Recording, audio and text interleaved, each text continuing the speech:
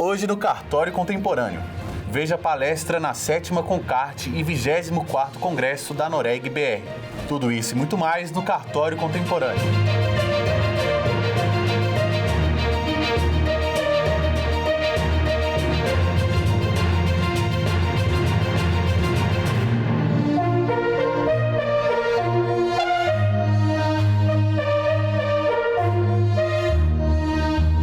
Nos dias 27, 28 e 29 de novembro, ocorreu o 24º Congresso Anoreg e 7ª Concarte. Veja o primeiro Cartório Talks, impacto da governança e da inovação para os cartórios brasileiros, com o ministro Benedito Gonçalves. Esses congressos sempre são importantes, das reflexões que nós saímos de todas as carreiras. Aqui estão nos cartórios, tive a satisfação de encontrar com o nosso amigo Rogério no Observatório de Cartórios, numa casa aqui em Brasília, como foi bom. Inclusive, encontrei com pessoas que estão no ramo cartorário, que trabalhamos juntos aqui em Brasília, em outro setor. Até para isso, esses momentos são importantes. Então, uma honra participar desse importante congresso, hoje aí na 24ª edição, não é isso? É isso mesmo, né? Onde tenho oportunidade de refletir sobre o tema Governança e Inovação, o futuro dos cartórios brasileiros. Agradeço imensamente a Anoreg, seu presidente desse convite honrado, Rogério Portugal Bacelar, que eu conheço desde o tempo que era juiz federal de primeira instância ainda, pelo convite para discutir como a governança e a inovação podem impulsionar a evolução do cartório, reforçando sua posição como instituição essencial para a segurança jurídica e para o desenvolvimento social no Brasil. Vivemos em um momento histórico, caracterizado por mudanças profundas e aceleradas. A tecnologia tem revolucionado todos os setores da sociedade, desde a economia até as relações interpessoais. No campo jurídico não é diferente.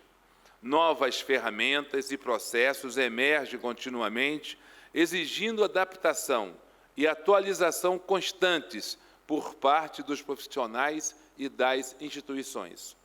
Essa era de transformação digital acelerada redefine tanto as expectativas da sociedade quanto as responsabilidades dos serviços notariais e de registro. Nesse contexto, os cartórios, instituições que têm sido guardiões da legalidade e da segurança documental por séculos, enfrentam o desafio e a oportunidade de adaptar-se e modernizar-se para responder aos desafios contemporâneos. A governança não se limita à mera conformidade com normas. Ela é um pilar de integridade e eficiência essenciais para fortalecer a confiança do público e garantir a qualidade do atendimento. Práticas robustas de governança significam transparência, ética e responsabilidade.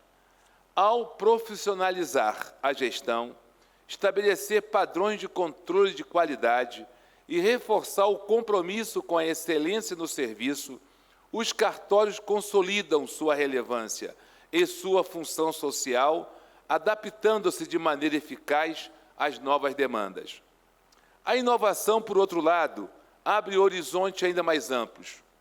Ferramentas tecnológicas, incluindo a inteligência artificial, apresentam possibilidades de automação de processos rotineiros, permitindo que os profissionais se concentrem em questões que demandam julgamento humano e análise. Além disso, a inteligência artificial pode revolucionar a análise documental, oferecendo maior rapidez e precisão, reduzindo a ocorrência de erros e fraudes. A desjudicialização é um excelente exemplo de como os cartórios, ao abraçar a inovação, podem colaborar para uma justiça mais ágil. Transferir determinadas atividades do Poder Judiciário para os cartórios pode contribuir para a eficiência do sistema e para a redução de custos e prazos de diversas operações. Os cartórios estão, portanto, em posição privilegiada para apoiar essa agenda de forma proativa, promovendo um ambiente de governança e inovação que propicie um atendimento mais ágil e próximo da população. Contudo, essa jornada exige investimentos e capacitação contínua. Mais que tecnologias robustas, precisamos de políticas públicas que incentivem a modernização e apoiem o setor no desenvolvimento de soluções inovadoras. Parcerias com empresas de tecnologia e com a academia, e aqui um parêntese, a Escola Nacional dos Magistrados, ENFAM, vinculada diretamente ao STJ, estará sempre de portas abertas nessa parceria ótima com os cartórios. Continuo, também serão fundamentais para a criação de uma cultura de inovação responsável, com profissionais preparados para lidar com as novas ferramentas e conscientes de sua responsabilidade ética na proteção dos dados e no respeito aos direitos fundamentais. A desjudicialização, combinada com a segurança eficiente e a inovação tecnológica, especialmente com o uso ético da inteligência artificial, transforma os cartórios em verdadeiros agentes de justiça e desenvolvimento. Esse é um caminho que precisa ser trilhado com cautela e compromisso, mas que, ao mesmo tempo, nos dá a possibilidade de construir um sistema de justiça mais acessível e dinâmico. O Poder Judiciário brasileiro, como sabemos, enfrenta uma sobrecarga significativa. Mais de 84 milhões de processos abarrotam os tribunais, prejudicando a celeridade na prestação jurisdicional e acesso à justiça. Aqui faço outro parêntese. Nos primeiros cursos de formação inicial na INFAM, que eu assumi em agosto, mostrando para os juízes o grande binômio que está um olhando para o outro. A sociedade reclamando do quê? Da morosidade. E os juízes reclamando da quantidade. Os dois têm que sentar, têm que resolver. Nós temos que, a quantidade não nos assombra, temos que dar resposta. E a sociedade tem hoje um direito fundamental, que é ter o seu processo resolvido em tempo razoável. Está na emenda 45, que foi introduzida na Constituição. E o que é o tempo razoável? Até hoje não vi o conceito, mas eu sei o que é irrazoável. Todos nós sabemos, 15 anos para uma demanda, 20, isso é irrazoável. E aí vem o papel dos cartórios, mais uma vez, como um meio alternativo, não de solução, é de prevenir o conflito. Continuo. Portanto, a pressão sobre o judiciário demanda soluções mais ágeis e eficazes para a população. Nesse ponto, os cartórios têm um papel central, pois possuem a expertise e a estrutura necessária para assumir uma série de atribuições que hoje estão na alçada dos tribunais. Diversos procedimentos, quando realizados nos cartórios, são concluídos de forma muito mais rápida e com menor custo para as partes envolvidas. Isso não apenas beneficia a sociedade, mas também libera o Poder Judiciário para focar em questões que realmente demandam sua intervenção. Entretanto, para que os cartórios possam cumprir plenamente esse novo papel, é fundamental que adotem práticas de governança modernas e eficientes. A governança corporativa nos cartórios implica em transparência, responsabilidade e ética no processo de tomada de decisões. Isso traduz em gestão profissionalizada, controle de qualidade, respeito às normas e legislação e compromisso com a excelência no atendimento ao público. A implementação de sistemas de governança sólidos fortalece a confiança da sociedade nos serviços notariais e de registro, assegurando que os cartórios operem com integridade e eficiência, utilizando as oportunidades trazidas pela inovação tecnológica. Falando em inovação, não podemos deixar de destacar o papel da tecnologia, em especial da inteligência artificial, no futuro dos cartórios.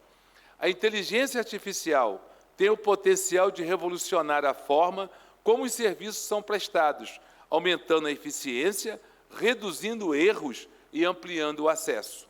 Por meio da IA, é possível automatizar tarefas repetitivas e administrativas, liberando os profissionais para atividade que exige um maior grau de complexidade, análise e julgamento. O sistema de IA pode auxiliar na análise de documentos, identificação de inconsistências, detecção de fraudes e até mesmo na orientação dos usuários sobre os procedimentos adequados a cada caso.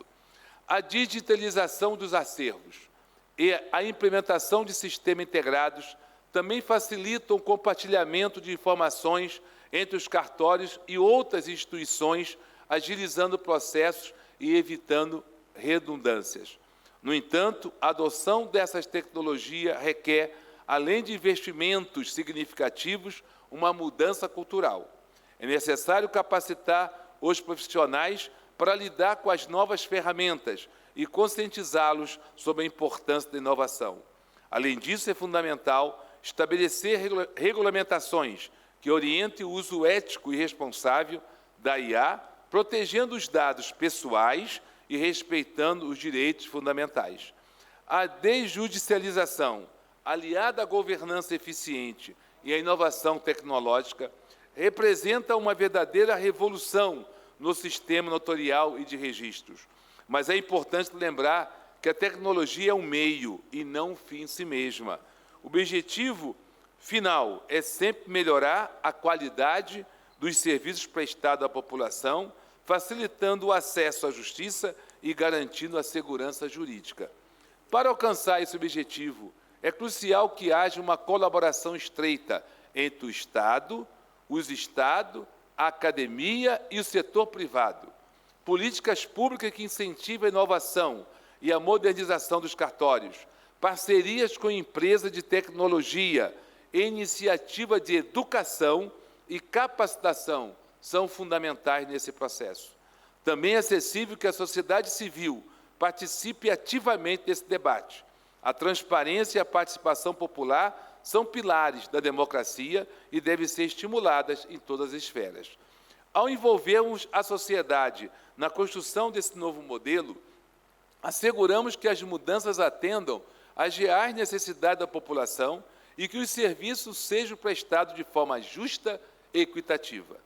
Como nos lembra o filósofo Immanuel Kant, aspas, o direito é o conjunto de condições que permitem à liberdade de cada um ajustar-se à liberdade de todos. Fecho aspas. Nesse sentido, a desjudicialização, quando implementada com responsabilidade e inovação, possibilita que os direitos da sociedade sejam respeitados com maior eficiência e celeridade, em consonância com os avanços tecnológicos e as demandas da sociedade moderna. Em resumo, a desjudicialização, apoiada pela governança eficiente e pela inovação tecnológica, especialmente a inteligência artificial, pode tornar os cartórios instituições ainda mais relevantes que são e mais eficazes que são. Devemos abraçar essa oportunidade com entusiasmo, mas também com responsabilidade. As mudanças precisam ser conduzidas de forma planejada e ética, sempre com foco no bem-estar da sociedade. Que este Congresso, na sua 24ª versão, promova a reflexão sobre esse desafio, o engajamento de todas e de todos, para que os cartórios sejam consolidados como instituições de segurança jurídica e de inovação, comprometidas com a sociedade e com os avanços de nosso Estado democrático de direito. Muito obrigado e sucesso.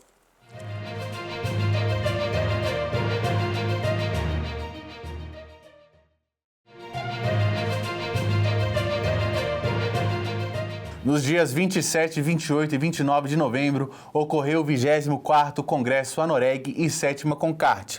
A primeira palestra é sobre perspectivas da reforma do Código Civil no contexto do direito notarial e registral. Queria agradecer, meu irmão, estar ao seu lado, ter a honra de estar ao lado de seu pai e de sua mãe.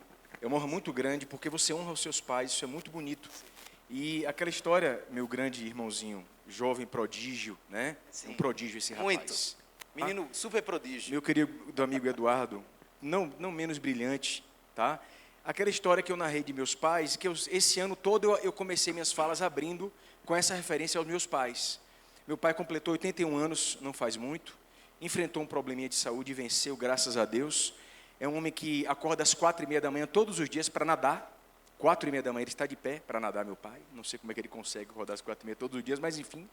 E eu sempre inicio, eu não ia iniciar, porque eu falei muito, mas eu venho na minha cabeça com aquele diálogo com minha mãe, que eu acho que ele é simbólico, né? Ele é simbólico porque ele marcou esse momento da reforma do Código e que muitos não sabem o preço pessoal que nós pagamos por isso. Eu comentei com o ministro Fachin ontem.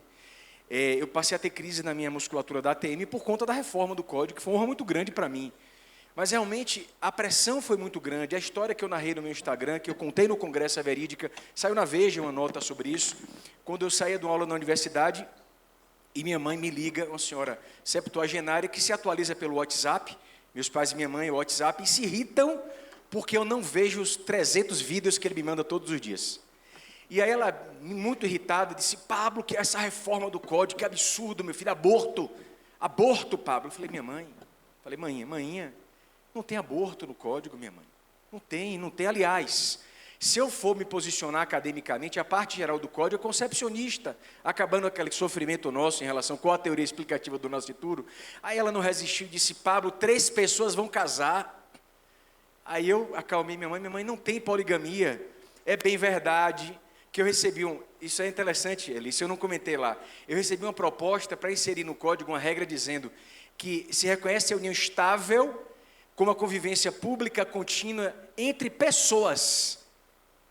Quase eu sugiro lá, quando eu vi o pessoas, era uma jabuticabinha, porque se você bota entre pessoas e não fala 2 pessoas, essa regra ia abrir espaço para quê? Para a poliafetividade, que no atual estágio não passa no parlamento isso. Falei: minha mãe, não tem poligamia, manhã. Mas o mais bacana, eu não tenho tempo para avançar. Ontem dei aula sobre isso no GRAM, irmãozinho, sobre direito animal. Ela falou: Pablo, família multiespécie, que vergonha, meu filho. Aí eu parei, disse: minha mãe, a senhora sabe o que é família multiespécie? Ela falou: não. Eu falei: então como é que a senhora está dizendo, se desesperando e não sabe o que é? Não há regra no Código prevendo casamento entre um homem e uma cabra. Zoofilia, alguns estão dizendo. Isso me matou. O que há é uma regra que olha para o seu pet e diz que o cuidado que você dedica a ele... Por gentileza, senhores, notários, registradores, quem tem pet, levanta a mão aqui, por favor, por gentileza. Você vê o seu pet como se fosse um sapato ou uma coisa? Você fala com ele, eu converso com a Olivia, minha gata. Então, o que tem uma regra no artigo 19 que diz que a proteção e o cuidado que nós dispensamos ao animal é uma projeção do nosso direito à personalidade. É isso que existe lá. E aí eu paro nessa minha breve fala para lhes dizer o seguinte: Carlos Elias de Oliveira, o que vocês têm diante de vocês é um horizonte extremamente grandioso. Porque o que a reforma do Código faz é, consagrando a autonomia privada, fortalecer o extrajudicial, que é uma necessidade no Brasil. Em determinado ponto da votação, quando me posicionei sobre certo aspecto no campo extrajudicial, um amigo meu, tempos depois, disse: Pablo, mas você votando a favor do extrajudicial naquele ponto, está enfraquecendo a magistratura? A resposta que eu dei a ele: eu não integrei aquela comissão na condição de magistrado, e sim de civilista. Foi o que eu respondi a ele. Porque é isso que temos de pensar. E essa reforma, ela dialoga com a autonomia privada. Eu não tenho tempo, mas de há muito a doutrina percebeu que a autonomia privada não é simplesmente liberdade contratual. A autonomia privada se traduz na autonomia volitiva projetada, inclusive no campo da dimensão existencial do humano. Pietro Perlindieri já trabalhava essa ideia. Então há vários dispositivos do Código, eu não teria tempo aqui para elencá-los, em que a autonomia privada é consagrada. E com essa consagração, o fortalecimento do registro civil, dos notariados, dos cartórios em geral, é inegável. Eu tenho diversos dispositivos que eu cataloguei aqui, eu não tenho tempo para mencioná-los. Diversos. Mas professor, não é como eu imaginava. Nada é como a gente imagina, mas é um grande avanço. Eu destaco, por exemplo, a revolução em torno das cláusulas dos contratos conjugais, intraconjugais e paraconjugais. Eu destaco aqui o pacto antenupcial, que para o brasileiro sempre foi simplesmente aquele contrato condicionado ao casamento, lavrado por escritura pública para escolher regime de bens, e que é completamente retransformado ali, porque o pacto não serve apenas para isso. De um lado você tem regras que dialogam com o registro civil, assim como no caso do divórcio, mas você tem o divórcio unilateral, mas há outras várias regras que dialogam com o notariado. No caso dos pactos antenupciais, eu destaco aqui, nesse ponto, o fato de que você tem a possibilidade de, por meio do pacto antenupcial, isso fica muito claro, não apenas escolher o regime de bens, mas você pode regular contratualmente a sua relação casamentária e convivencial. Você pode, no pacto, estabelecer cláusulas existenciais, cláusulas não patrimoniais, você pode mesclar regras de regimes de bens diversos, você vai poder, inclusive, se pronunciar no que tange a renúncia à herança do outro. O artigo do Código que trata do Pacta Corvina foi repensado. E eu vou mais além para o extrajudicial. Nossa sintonia, Carlos Elias, hoje no café. Eu fiz um comentário, eu disse, o que você vai falar eu coloquei no meu roteiro, não sendo o meu tema. Eu leciono na Universidade Federal Direitos Reais. E um dos pontos mais promissores no campo do extrajudicial nas próximas décadas é no campo do direito das coisas. Isso parte muito em razão de uma mudança sutil, pouco percebida na reforma, do parágrafo único do artigo 1196, que trata da posse, que é um dos temas mais apaixonantes do direito à posse. Um tema de altíssima complexidade. Minha água é essa, né, irmão? A posse é um tema tão complexo que houve autores, eu destaco Puccia, citado por Bevilacqua, que dizia que a posse deveria ser estudada no campo do direito da personalidade. Imagine. O fato é que existe uma regra aqui na reforma que trabalha a ideia de que a posse, esse tema que ontem eu conversava com o ministro Fachin, houve um grande jurista italiano, Enrico, o grande Cimbali, ele faleceu aos 33 anos, e uma preocupação gigantesca que eu tenho com os meus alunos novos, é que essa geração mais nova, com raras exceções, não tem tido o hábito da leitura. Eu morro de medo por minhas filhas com isso. Então, minhas filhas, elas têm 12 anos, e tudo é no mundo digital. Eu digo a elas, leiam.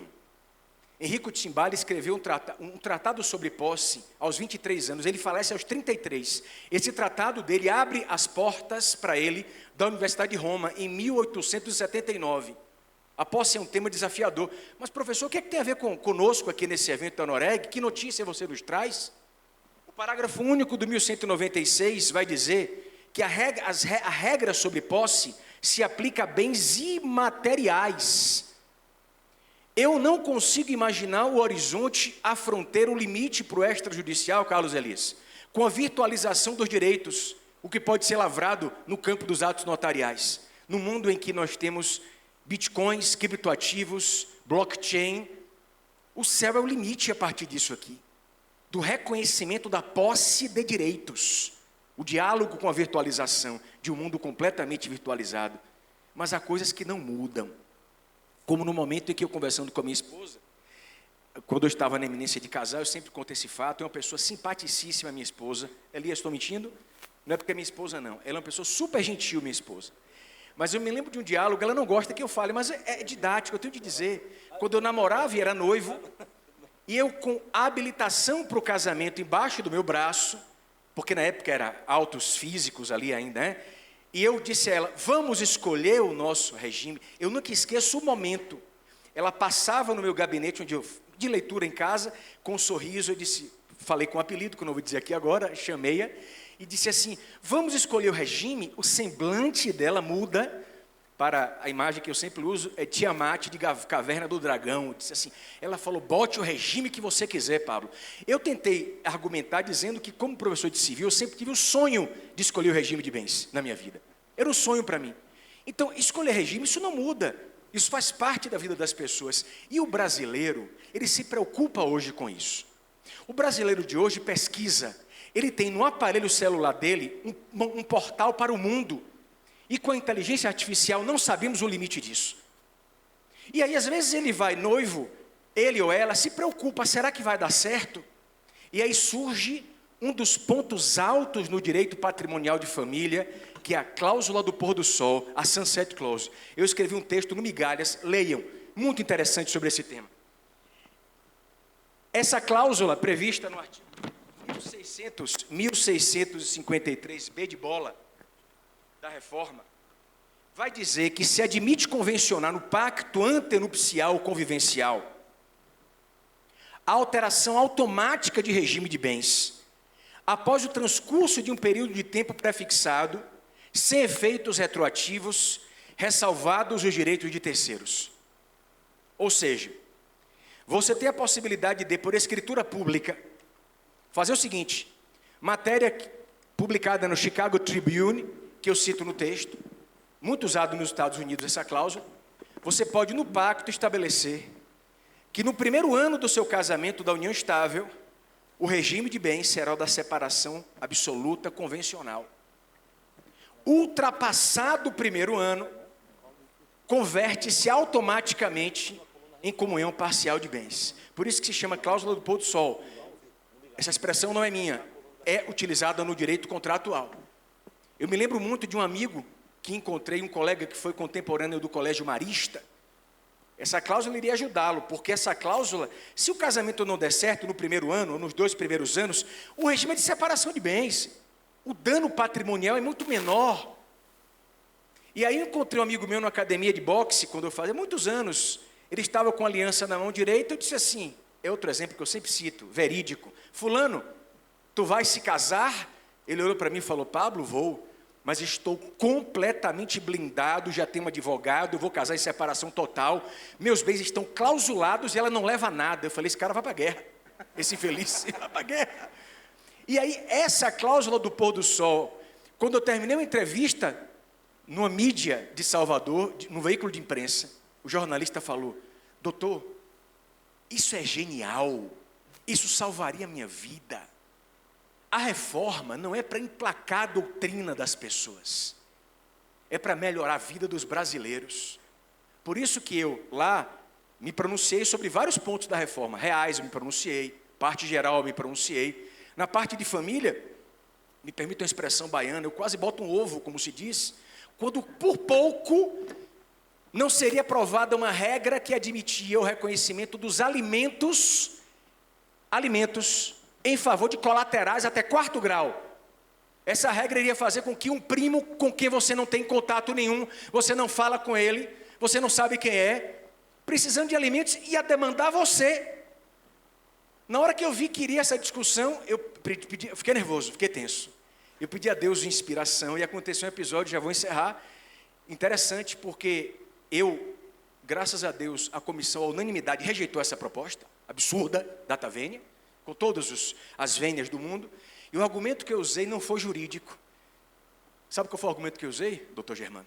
Eu peguei um táxi para o Congresso Nacional, para a reunião da comissão, e eu comentava com o Marco Aurélio, nosso amigo e irmão, Marquinho, do Rio de Janeiro, desembargador no Rio. Marquinho tem uma proposta querendo estabelecer a obrigação de pagar alimentos em favor de um primo, e pode passar. Ele é mesmo, o motorista de táxi quase bate o carro. Ele reduziu a velocidade, fez assim: senhores, me perdoem, isso aí é lei? Eu falei: não vai virar. Então, quando me deram a palavra no Congresso, o ministro Salomão, com seu equilíbrio, eu simplesmente, em vez de defender juridicamente, transcrevi em palavras, me permitam dizer assim. Eu verbalizei o que o brasileiro me disse no carro. E a norma não foi aprovada, com todas as vênias. Essa cláusula do pôr do sol, ela vai permitir a facilitação da vida das pessoas.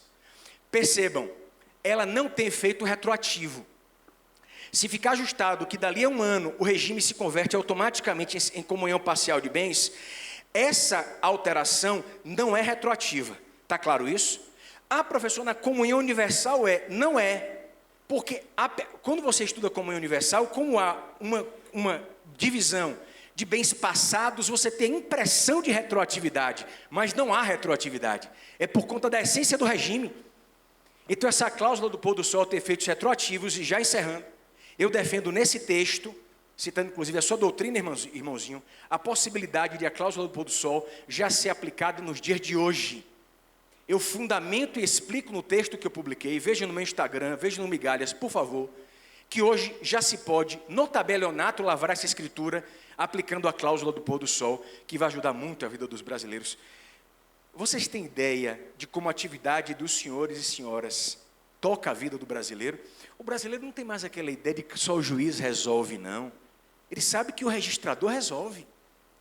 Ele sabe que o tabelião resolve. Ele sabe que o oficial resolve. E aí eu encerro apresentando um vídeo que eu já apresentei em algumas falas minhas. Não solte ainda não, Kleber, só coloque na tela. De 40 segundos de uma entrevista que eu dei. E o que me encantou, doutor Romero, nessa entrevista, foi que um brasileiro, um baiano, acompanhando o que eu estava dizendo, e eu falava da reforma do Código, eu falava da importância da extrajudicialização. O que me encantou, doutora, foi o brasileiro, humilde, simples, está absorvendo aquilo, está entronizando aquele ensinamento. Os senhores têm ideia da responsabilidade de vocês? Mas o mais interessante desse vídeo é que ele contém um trecho em baianês. E você sabe que lá na Bahia, acho que quase todos conhecem Salvador ou a Bahia. Você sabe que a Bahia, segundo o dicionário de baianês, cujo autor agora me escapa o nome, um grande autor, nós temos a única frase com sentido completo, só com vogais, na Bahia. Vocês sabiam disso? Já encerrando, a frase ó, auê, aí, ó. Se um baiano fala para o outro, rapaz, ó, auê, aí, ó, significa, traduzindo, olha a confusão que está instalada aí. Então, na hora em que ele liga e faz a pergunta sobre a reforma do Código e o tabelião e o extrajudicial, ele usa um trecho em baianês. Eu apresentei esse vídeo, o nosso amigo Nelson Rosenwald estava na primeira fila, ele é de Minas. Eu percebi que Nelson não entendeu nada na hora. Aí, no final, eu, como bom baiano, traduzi o que o meu conterrâneo soteropolitano falou. Pode soltar, Kleber, por favor. Pode soltar o som. Pode voltar e soltar o som, amigo. Consegue aí? Senão eu tenho aqui. Bom dia, Zé. Bom dia, meu amigo. Eu queria fazer uma pergunta seguinte. No caso no tabelionato, a separação, né, de bens, mudar, tem que ser os dois ou um só? Eu posso fazer na Cocó?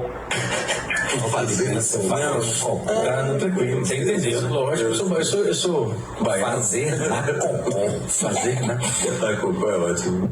Veja bem, não dá para fazer a mudança de regime de bens na Cocó. Tá? Atualmente não dá mesmo porque a mudança de regime de bens no casamento pressupõe um processo perante o juiz. E na reforma do Código também não vai dar para fazer na Cocó, porque para mudar o regime de bens no tabelionato, ambos irão lavrar a escritura. Eu então tive o cuidado de traduzir para Nelson que era Cocó. Na Cocó é na crocodilagem, de forma oculta ou às escondidas. E esse trecho demonstra o brasileiro humilde, interagindo com a reforma, interagindo com o extrajudicial. Esse trecho traduz a responsabilidade espiritual, meus amigos, de cada um de vocês. Muito obrigado.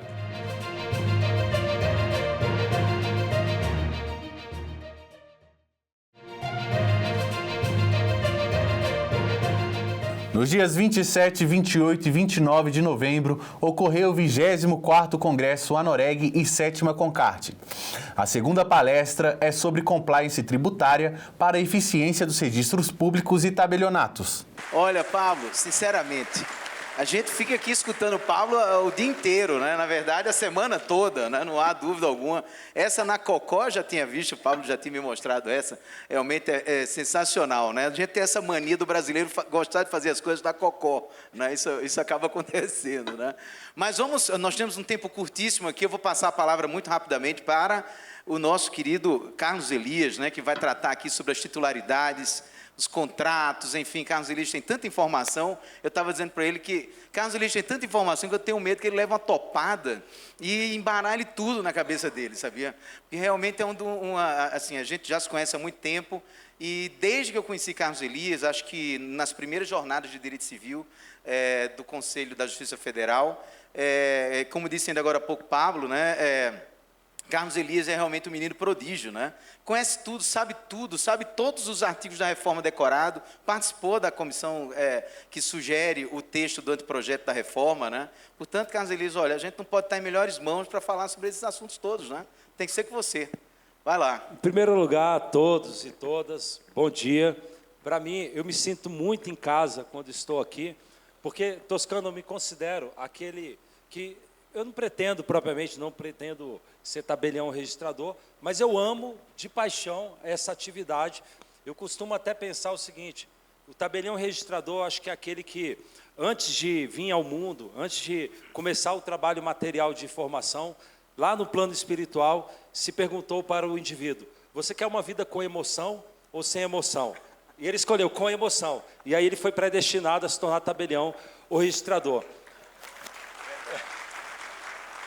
E essa emoção não é apenas a emoção boa de fazer o bem para as pessoas no cotidiano, quando você resolve um problema contratual, resolve um problema de registro civil, de estado civil, mas é também a emoção de a todo momento se deparar com ameaças exóticas, que cotidianamente vêm contra a atividade. Ontem, Toscano, eu até conversava com um amigo registrador, que lá pelas tantas, na Cocó, uma empresa está começando a querer virar um registrador de imóveis, na pura Cocó baiana, né, que o Stolze mencionou. A ideia genial, e aqui entre aspas o genial, vou colocar na matrícula, já que é permitida a aquisição de bens com ativos digitais como criptomoedas, e realmente é permitido por meio de permuta, vou comprar um apartamento, no lugar de eu pagar dinheiro, posso transferir Bitcoin? Claro que pode. E é um contrato de permuta, por quê? Porque o contrato de compra e venda, na verdade, ele só existe porque existe o dinheiro como oficialmente etiquetado como a forma de pagamento. E aí a gente separou o contrato, tirou do contrato de permuta e criou o contrato de compra e venda. E aí, como a criptomoeda, Bitcoin, etc., não é dinheiro oficialmente, então é um contrato de permuta. Perfeito. Aí vem o brilhantismo da ideia. Vou fazer o seguinte, eu sou uma empresa, você tem um imóvel, você vai transferir o imóvel para mim. E em troca, eu vou emitir um token para representar a propriedade do bem. Veja, não é com fins de pagamento. Na verdade, eu vou te dar um token que vai virar como se fosse um título representativo da propriedade. E aí você vai no seu aplicativo, você tem lá a XP Investimentos, onde você vê os títulos que você titulariza, CDBs e tudo que é Bs que existem por aí, debêntures e tal, mas você também vai ter lá uma cartela de imóveis, então está lá todos os meus imóveis. E eu vou poder, então, nesse aplicativo, digitando a senha, transferir o imóvel para o Toscano, meramente fazendo um endosso no próprio aplicativo e transferindo para o Toscano.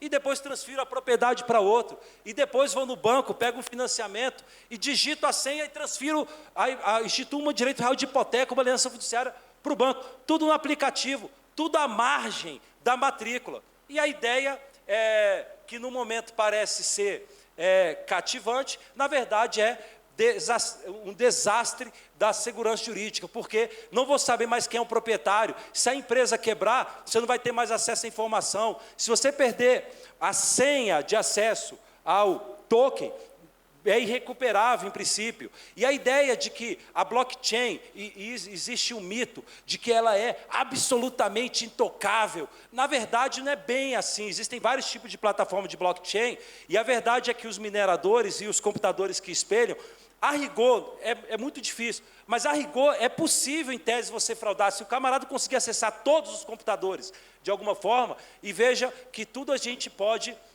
duvidar no mundo, inclusive o futuro, porque pode vir algum tipo de tecnologia que você consiga, eventualmente até deturpar os dados. E aí tudo fica à margem da matrícula, você não consegue tornar disponível bem, não sabe quem é mais o proprietário, você criou um carnaval de titularidade. Então, os registradores, eu digo que receberam essa, na sua fase pré-concepcional, a vocação de assumir uma atividade com emoção, porque, Toscano, a emoção a todo momento você vai se deparar com problemas e ameaças como essa, que são ameaças exóticas e absurdas que existem.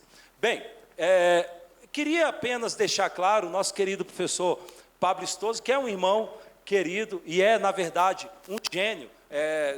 Basta você conversar um pouco com ele para poder ver que ele tem uma mente fora do normal, muito acima da média em tudo, além de ser também uma pessoa extremamente simpática, amorosa e que nos prestigia com toda a sua gentileza. Mas o professor Pablo Stoso mencionou a existência de um dispositivo no anteprojeto que, na verdade, existe por força de uma necessidade da legislação brasileira, que é prever a possibilidade de posse sobre bens incorpóreos.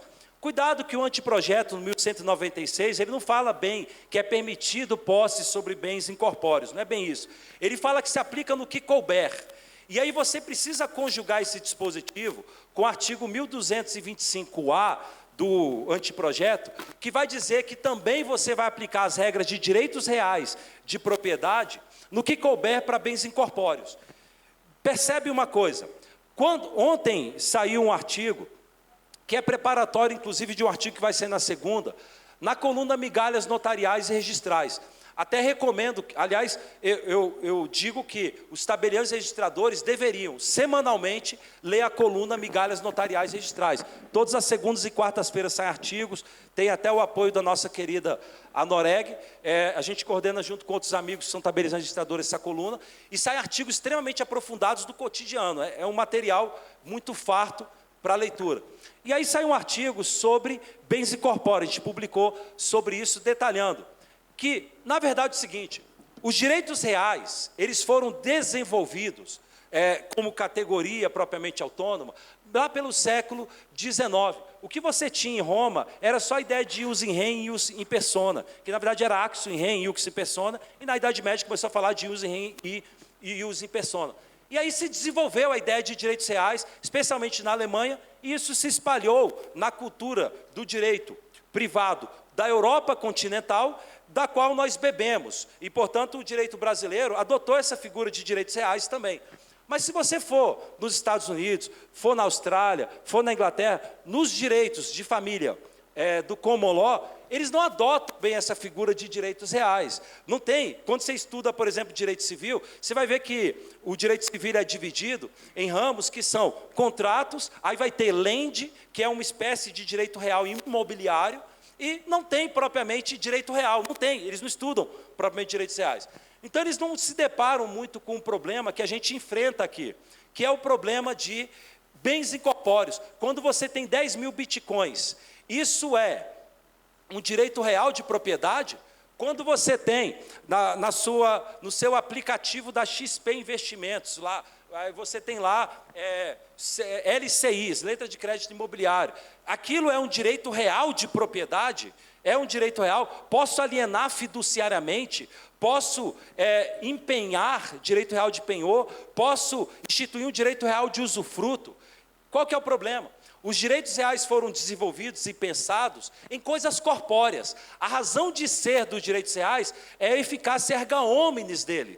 A ideia principal dos direitos reais é, quando eu sou titular de um direito real sobre um veículo, se alguém me subtrair esse veículo, me roubar esse veículo, e depois transferir para um terceiro, e depois transferir para D de dado, depois para E, não importa, o meu direito real de propriedade acompanha a coisa. Os romanos diziam que o direito real é como uma lepra, que gruda na pele e segue por todo o seu caminho. Nosso querido Breno também saúdo aí pela oportunidade de revê-lo, e que é um gênio também, e fez uma tese de doutorado fantástica também, que tangencia um pouco o tema, mas, basicamente, quando você tem o direito real, a principal, o Lafayette Rodrigues dizia, o direito real, a principal característica dele é que ele acompanha a coisa onde quer que ele esteja, é o direito real em ação. Aí eu te pergunto, vem cá, quem que pode pegar o meu direito de crédito, eu tenho o direito de receber 10 mil reais, quem que pode roubar esse direito meu e sair correndo por aí? Eu vou entrar com uma ação contra terceiros?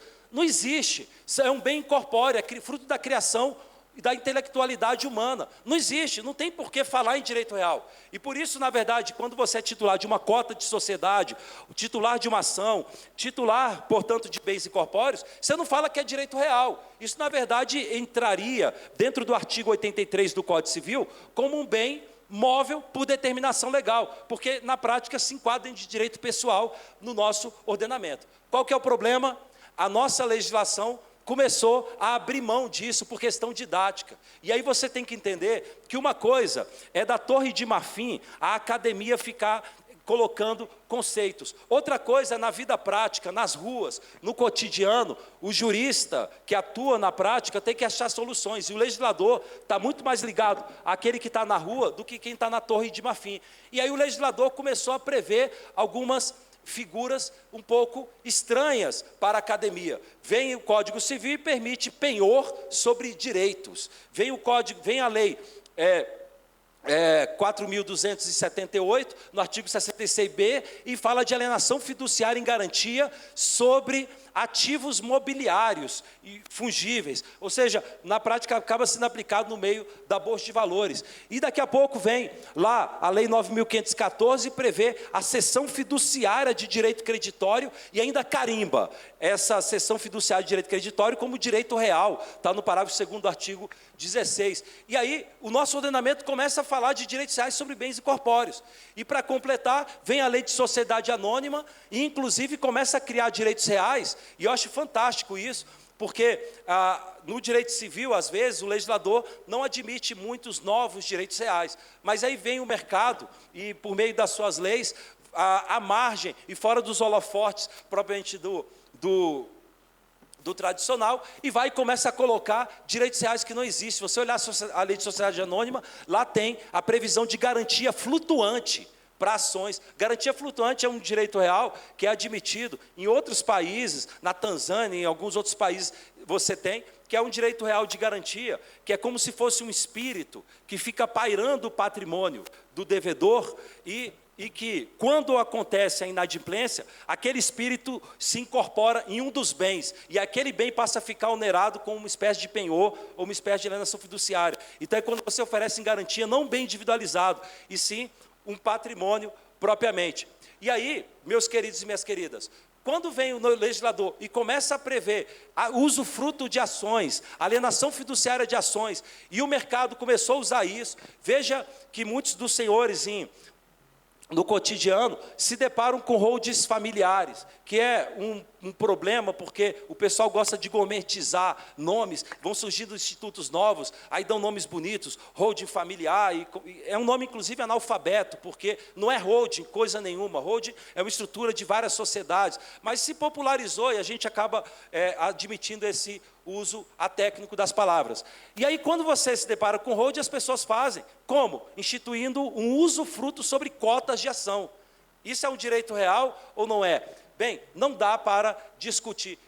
Nós temos que admitir que essas situações atraem a aplicação das regras de direitos reais. Mas como é que o anteprojeto fez? E o nosso querido desembargador Marco Aurélio Bezerra, juntamente com o Marcelo Milagres e a Cíntia Santiago, que estiveram na comissão de contratos, de coisas, deixaram muito claro. Na verdade é o seguinte, a gente vai dizer que as regras de direitos reais podem se aplicar no que couber.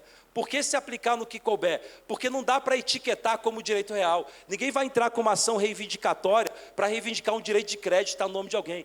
Ninguém vai falar que eu adulterei aqui o registro e eu sou titular do seu crédito, eu já sou há 5 anos, vou usucapiar. Não vai falar de usucapião de direito de crédito, usucapião de debênture, não existe isso. Então, no final das contas, o que fez o anteprojeto foi, dá para aplicar no que couber. Então, vamos admitir, sim, que a gente, por exemplo, no caso de falência, quando você tem o quadro geral de credores, você tem a ordem enfileirada dos credores preferenciais. Você tem os credores com garantias reais, que estão na frente de outros credores. Então, vamos deixar como direito real ali, por exemplo, para essa finalidade. Então, o nosso ordenamento, e o anteprojeto teve essa cautela, foi com base nessa realidade nova do mercado, que é uma realidade de espiritualização da propriedade, os bens hoje são incorpóreos, o anteprojeto veio com esse cuidado. Bem, eu termino aqui, para não extrapolar o tempo, terminando a história lá da tokenização imobiliária. Eu sei que ontem teve os debates sobre isso, e eu até parabenizo muito, porque os notários registradores mantêm uma proatividade pela sua liderança, nosso querido Rogério Bacelar, e não só ele, mas também todas a liderança das entidades setoriais são muito proativas, mas veja, a gente não pode esquecer uma coisa, os cartórios foram criados por pedido da sociedade. O cartório de imóveis, quando surgiu, foi de hipoteca, porque os bancos pediram, porque queriam ter garantia. Os cartórios surgiram pela necessidade da sociedade. E portanto, o desafio cotidiano do registrador e do notário, e do tabelião de protesto, tabelião de notas, é toda hora pensar como adaptar a sociedade para as novas realidades. E uma das necessidades que me parece ser evidente tem que se repensar formas de facilitar o tráfego imobiliário registral. E isso, obviamente, envolve criação, por exemplo, de uma espécie de matrícula virtual.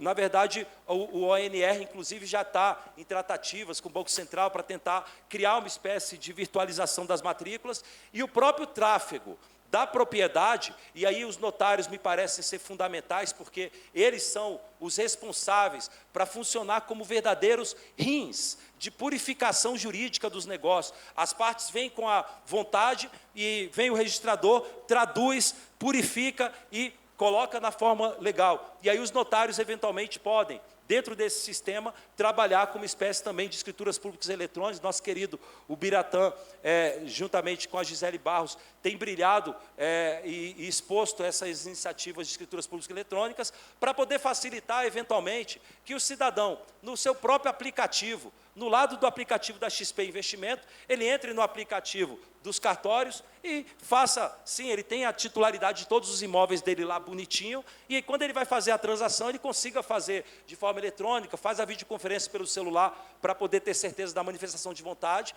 evidentemente com toda a segurança, e transfere a propriedade. A gente tem que caminhar para isso, porque tudo no mundo, meus amigos e minhas amigas, pode acontecer qualquer coisa no mundo, menos o mundo parar. Então, agradeço pela participação e, Toscano, querido, haveria muitas outras coisas, mas acho que essa parte do anteprojeto é uma das melhores. Que eu disse no começo, né, pessoal? Está vendo aí, ó? Merece uma salva de palmas, não merece? Esse cara aqui não tem... É impressionante. Toda vez que eu converso com o Carlos Elias, eu aprendo alguma coisa nova, não tem jeito. E esse foi o Cartório Contemporâneo. Eu sou Eduardo Meirelles e foi um prazer tê-los aqui comigo. Se você perdeu alguma parte ou gostaria de rever o programa, você pode nos encontrar no YouTube da Confederação dos Notários e Registradores. Te aguardo semana que vem na TV Justiça. Até lá!